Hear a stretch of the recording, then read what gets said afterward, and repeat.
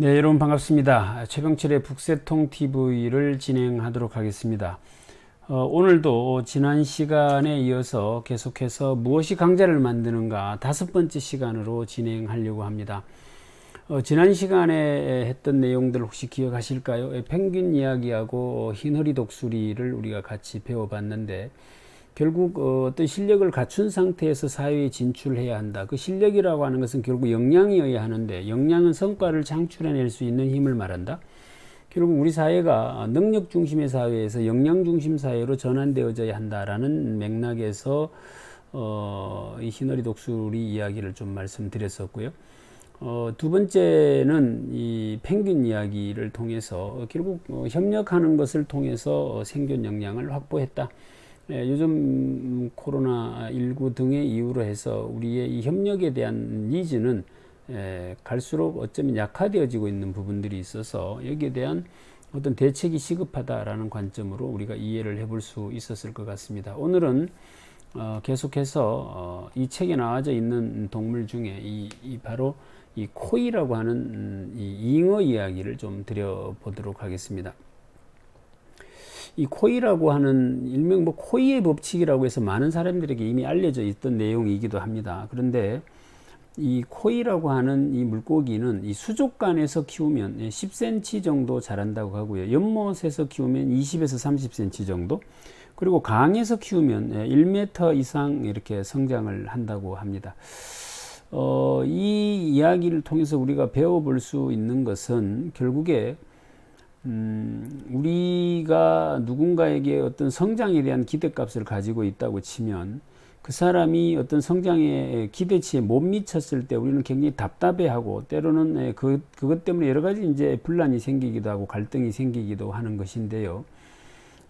결국 그 상대가 기대치만큼 성장하지 못했다라고 하는 측면, 그것은 결국 내가 만들어준 이 잘할 수 있는 환경의 문제가 더 크다라고 하는 것을 생각해 보게 하는 그런 내용인 것이죠. 그러니까 내가 수족관이라고 하는 환경을 제시하면서 그 물고기가 1m 이상 성장하기를 기대하고 있다면 이것은 굉장히 모순된 것이다 라는 것을 일깨워주는 그런 내용인 것입니다. 또 개인 스스로에게도 한번 우리가 이것을 대입해서 지혜를 배워본다고 치면, 내가 성장하고 싶다면 더 넓은 세계로 나아가야 한다는 것이죠. 강에 가면 1m가 자란다, 1m가 된다라는 말의 이면에는 어떤 내용이 있느냐 하면 그 강에서 살아남은 물고기만 1m가 되는 것이죠. 강이라고 하는 곳에는 다른 어쩌면 또 다른 이 적들을 만날 가능성이 매우 높은 것이고요. 그 어려움을 이겨냈기 때문에 1m인 것이지, 수족관에서처럼 살았는데 1m라는 이야기는 아닌 것이기 때문에 개인의 입장에서 바라보는 이 코이의 법칙에 대한 해석과 또 환경을 제공해 주어야 하는 입장에서 볼 때의 이 코이의 법칙에 대한 해석은 사뭇 다를 수 있다라는 것입니다. 중요한 것은 똑같은 내용을 가지고도 어떻게 받아들이느냐에 따라서, 즉 똑같은 칼을 가지고도 어떻게 쓰느냐에 따라서 굉장히 맛있는 음식을 해줄 수도 있지만 또 그것이 무기가 될 수도 있는 것이고, 또 똑같은 볼펜을 가지고도 누구는 그것을 가지고 수백억짜리 이런 사업 프로젝트를 사인하는 경우도 있겠지만, 또 어떤 사람은 그것을 가지고 뭐 이렇게 그저 귀후비계로 쓰는 사람도 있는 것처럼 어떻게 사용하느냐의 문제인 것이다라는 맥락에서도 이해할 수 있는 부분이 있습니다. 해서 환경을 제공해 주는 사람 입장에서는 보다 넓은 세계, 보다 큰 안목을 이렇게 볼 수 있도록 환경을 만들어 주는 것이 가장 중요하고요. 우리가 독서 활동을 하는 것은 사실은 좀 더 큰 세상, 좀 더 큰 생각, 이것을 우리가 간접적으로 경험하게 해주려고 하는 측면에서 매우 유의하고 중요한 내용이다라는 것도 생각해 보게 하는 그런 내용이 이 책에 소개되어져 있습니다. 자, 다음에 소개해 드릴 내용은 바로 이 나방에 대한 이야기인데요. 1776년도 그때 그 산업혁명이라고 하는 것이 일어나죠. 잘 아시는 대로 이 산업혁명이 이제 가속화되어져서 런던에 여러 가지 이제 환경의 문제들이 벌어져서 이 스모그 때문에 뭐 몇천 명이 이렇게 사망하고 하는 일들이 벌어지기도 하고 했죠. 그런데 그때 일어난 아주 독특한 현상이 이 검은 나방의 비율이 급격히 높아졌다라는 사실입니다. 그래서 그걸 이제 이렇게 연구를 해 보니까 나방은 아주 독특한 생존 전략을 가지고 있는데 이 환경 적응 능력이 급격히 뛰어나다라는 점입니다. 어떻게 되어져 있느냐면 이 환경이 깨끗한 이런 지역에서는 흰 나방이 굉장히 비율적으로 높고요. 어둡고 또는 이렇게 오염되어 있는 곳에는 이 검은 나방이 일정 비율 이상 많다라는 점이죠. 왜냐하면 깨끗한 곳에서는 흰 나방이 생존할 확률이 높은 것이고 어둡고 더러운 곳에서는 검정색 나방이 생존할 확률이 높다라는 것이죠. 물론 눈에 띄지 않는다라는 측면도 있겠지만 그것을 받아들이는 우리 사람들 또는 천적의 입장에서도 그렇다는 것이죠. 우리가 깨끗한 곳에 검정색 나방이 날아다니면 우리는 특히나 더 민감하게 불안해하거나 불결하게 생각하는 것도 우리가 생각해 본다면 어찌됐건 이 나방은 생존 확률을 높이기 위해서 주위 환경에 이렇게 적응하는 그래서 철저하게 변신하는 이런 능력을 가지고 있다라는 점이죠. 지금 우리가 말하고 있는 이 언택트 시대라고 하는 부분에 있어서도 그렇습니다. 언택트의 개념이 어제 오늘 나온 이야기는 아니고요. 이미 이 4차 산업혁명 시대라고 하는 것을 이야기할 때 어느 누구도 빠뜨리지 않고 했던 이야기들이었습니다.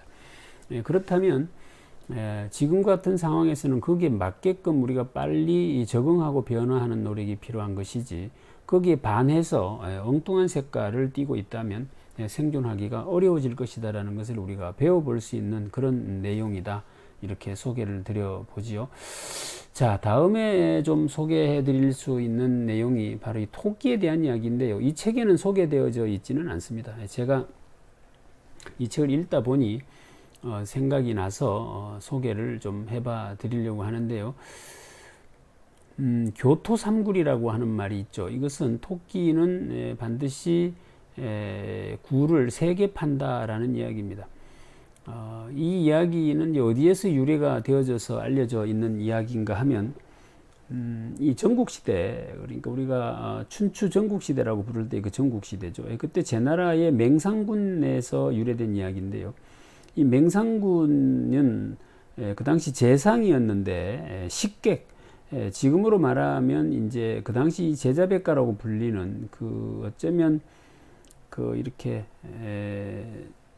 일명 그 어떤 주제를 가지고 거기에 대해서 여러 가지 이제 이렇게 말로 이렇게 자기 주장을 하고 또 뭐 지혜를 가지고 이렇게 누군가에게 어드바이스 하는 이런 일들을 하는 그걸 직업으로 가지고 이제 이렇게 살아가는 사람들을 우리가 이제 그 당시 식객이다 이렇게 말을 했는데 그 사람들의 숫자가 3,000명에 이르렀다라는 것이죠. 여러분 상상을 한번 해보십시오. 3,000명 정도가 그 집에 들락거리면서 밥을 얻어먹는다. 그리고 그 나름의 어떤 이론적인 이야기들을 뭐 이렇게 주장을 한다라고 생각해 보면 가히 뭐 엄청난 것이죠. 우리가 경주 채부잣집 이야기를 할 때 그 집에 하루에 이렇게 왕래하면서 이렇게 식사 한 끼라도 이렇게 드시고 가시는 이런 손님들이 뭐 몇백 명에 이르렀다라는 이야기를 우리가 하죠. 근데 3,000명이면 그 숫자가 가히 엄청난 것이죠. 여기에 이제 이 풍환이라고 하는 식객 한 사람과의 관계에서 나온 이야기가 바로 이 교토 삼굴의 이야기입니다. 이 풍환이라고 하는 사람이 이제 어느 날 굉장히 남루한 차림으로 이 맹상군을 찾아왔던 모양입니다. 여러분들 그 식객이라고 하면 그 당시 이제 그런 어떤 이야기를 해서 그 주군에게 또는 그 어떤 관료에게 이렇게 발탁되어지게 되면 그 밑에서 이제 일정한 역할을 하면서 이렇게 살아가는 그러니까 그 당시에 그 사람들에게는 이 어떤 그 권력을 가진 사람에게 이렇게 발탁되어지는 것이 굉장히 중요한 문제가 된 것이죠. 요즘도 보면 뭐 우리나라의 각종 텔레비전 프로그램이나 이런 데 나와서 그 나름의 어떤 그 굉장히 현란한 어떤 이 이 말 솜씨를 가지고 뭐 굉장히 이렇게 많은 이 메시지를 주고 뭐 들은 이 혹세무민하는 사람들의 숫자가 이제 갈수록 늘고 있죠. 물론 이런 이 뭐 여러 가지 채널들이 이제 많아지면서 생겨나는 일이기도 하지만 세상이 혼란스럽고 무엇이 정확한 것이다라고 하는 부분에 대한 불분명한 이 어떤 기준, 이것들이 많아지는 세상에 일어나는 아주 일반적인 현상이다, 이렇게 볼 수 있을 것 같습니다. 어찌됐건 이제 이 풍한이라는 사람이 이제 왔는데 남루하고 뭐 이러니까 그 사람을 아마 이렇게 한쪽 골방에 이렇게 모셨던 모양이죠.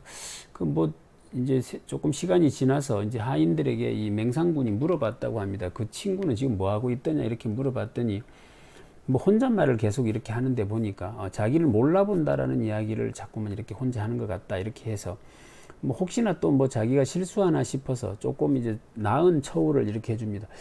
그래서 또 일정 시간이 지나서 다시 가보니까 내나 뭐 그 비슷한 이야기를 하면서 혼잣말을 하더라라고 해요.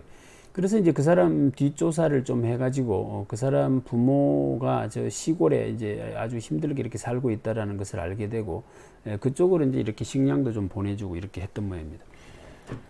그랬더니 이제 그 다음에 이 풍환이 감사하다고 하면서 자기를 알아보는 주군을 위해서 뭐 이렇게 열심히 하겠다 뭐 이렇게 했겠죠. 그래서 이제 풍환하고 이 맹상군이 이제 서로 이제 일을 하게 되는데, 이 맹상군은 그 식객들의 어떤 그 식사를 제공하고 뭐 이렇게 하는데 들어가는 비용이 아마 막대했을 것이기 때문에 그 돈을 충당하기가 어려워서 뭐 나름 이렇게 요즘 말로 하면 사채놀이를 좀 했던 모양입니다. 근데 이 돈을 빌려간 사람들이 제때제때 돈을 갚지 않는 문제가 이제 이렇게 있었던 것 같아요. 그러자 이제 마침 이 임무를 이 풍한에게 주면 좋겠다라는 생각이 들어서 가서 이제 돈을 이렇게 받아오라고 이렇게 시켰던 모양입니다. 근데 이 풍한이 그 채무자들을 모아놓고는 차용증을 쓰라고 해서는 그 차용증을 그 채무자들 보는 앞에서 불을 태워버립니다. 그러면서 하는 말이, 재상이 이 맹상군이 하여와 같은 은혜를 베풀어서 여러분들의 부채를 다 탕감해 주셨다, 이렇게 이야기를 하고는 이렇게 했다는 거예요. 이제 돌아왔는데 뭐 돈을 받아왔느냐고 물으니까 뭐 다 불태워버렸다, 뭐 이렇게 이야기를 했다라는 겁니다. 그래서 뭐 이제 굉장히 이제 난처한 상황이 됐죠. 그런데 얼마 안 있어서 이 맹상군이 재상에서 이렇게 물러나는 일이 생기게 됩니다. 그러자 그때 그 부채를 탕감받았던 백성들이 그 거리에 나와서 이렇게 칭송을 하고 또 안타까워하고 뭐 이런 모습들을 이제 보게 된 거죠. 이때 이제 이것을 보면서 이 풍환이, 이것이 제가 맹상군에게 드리는 첫 번째 교토삼굴의 첫 번째 굴이다, 이렇게 했다라는 것입니다. 두 번째로는 이제 이 풍환이 그 당시에 이제 이 해나라의 왕에게 가서 이 맹상군이 훌륭한 사람이니까 영입을 하라고 해놓고는 맹상군에게 와서는 혹시 해나라 왕이 와서 이렇게 제안을 하거든, 벼슬자리를 제안하거든 반드시 거절하라고 이야기를 시켜놓습니다. 실제로 이제 해나라 왕이 와서 사신을 보내서 이제 이렇게 영입을 하려고 하니까 끝까지 거절을 합니다. 이 거절했다라는 소식이 이제 제나라 임금에게 들려지게 되죠. 그러니까 이제 쫓아냈던 제나라 임금 입장에서는 뭐 저러다간 저 우수한 인재 하나를 뺏기겠다, 이런 생각이 들었겠죠. 그래서 다시 이제 그 사람을 모셔서 벼슬을 주게 된다는 것입니다. 되었다는 것이죠. 이것이 이제 이 풍환이 맹상군에게 제공했던 두 번째 굴이었다라는 것입니다. 이제 약간의 그 어떤 갈등, 약간 경쟁 의식을 이렇게 부추겨서 이렇게 또다시 복귀하게 만들어줬으니까 그렇고요. 세 번째는 다시 이제 맹상군에게 이야기를 하기는, 자기 땅에다가 그 임금의 종묘를 지으라고 짓도록 하라고 이렇게 뭐 짓도록 하는데 여긴 땅을 제공한다거나 이렇게 재산을 들여서 종묘를 지어주겠다고 이렇게 했던 것이죠. 그래서 그렇게 하라고 하니까 왜 그렇게 해야 되느냐고 물으니까 왕의 종묘가 이 맹상군 땅에 있으니 아마도 함부로 하지는 못할 것이다 라고 이야기를 했다는 것입니다. 여기까지 또 안전장치를 이렇게 해 놓은 것이죠. 해서 이 세 가지의 어떤 그 대안, 묘안을 이렇게 제공했다라고 해서 교토 삼굴 이야기가 전해져 내려오는데, 토끼는 실제로 이 구멍이 세 개의 통로를 확보한다고 하죠. 그래서 이쪽으로 뱀이 들어오면 저쪽으로 도망을 가고 이쪽으로 오소리가 들어오면 저쪽으로도 도망을 갈 수 있는 이런 만반의 준비를 한다라는 것입니다. 요즘 코로나19 관련해서 이 언택트 시대에 우리가 생존하기 위해서 필요한 것이 무엇이냐라고 이야기를 하면은요, 일반적으로 플랜 B 이야기를 하는데요. 플랜 B가 아니라 플랜 C, 플랜 D까지 만들어야 한다라는 이야기를 합니다. 왜냐하면 예측 불가능한 상황이 전개되어지기 때문에 어떻게 전개되어지더라도 그게 대처 가능해야 하는데, 그것이 미리 준비되어져 있지 않으면 대처하기는 어렵고 임시방편으로 대응하기 바쁜 것이죠. 해서 반드시 플랜 B가 아니라 플랜 C, 플랜 D까지를 준비하고 우리가 이 세상을 살아야 한다라는 점에서 본다면 굉장히 배워볼 수 있는 내용이어서 소개를 해봐 드리는 것입니다. 해서 우리 조직 또는 개인도 만약에 이렇게 됐을 경우에는 플랜 B, 또 그것을 넘어서서 이렇게 되었을 때는 플랜 C, 그것을 또 초월해서 일어나는 어떤 상황이 발생해도 그것이 대처 가능한 플랜 D까지도 우리가 준비하고 있어야 한다라는 것을 배울 수 있었습니다. 여러분 오늘도 수고 많으셨고요. 또 다음 시간에 찾아뵙도록 하겠습니다. 수고하셨습니다.